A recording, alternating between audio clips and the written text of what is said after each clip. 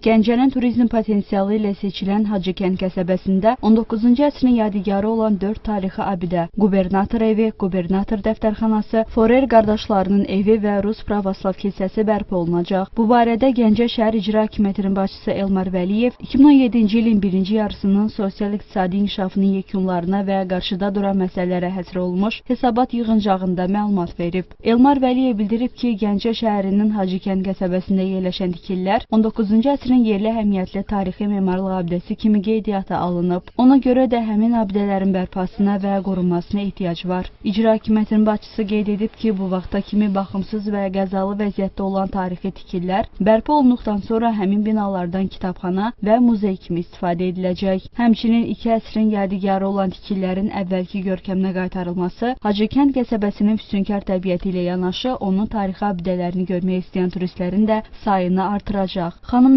Nağıyeva, Rauf Hacıyev, Hümbət Məmmədov, Azərtac, Gəncə.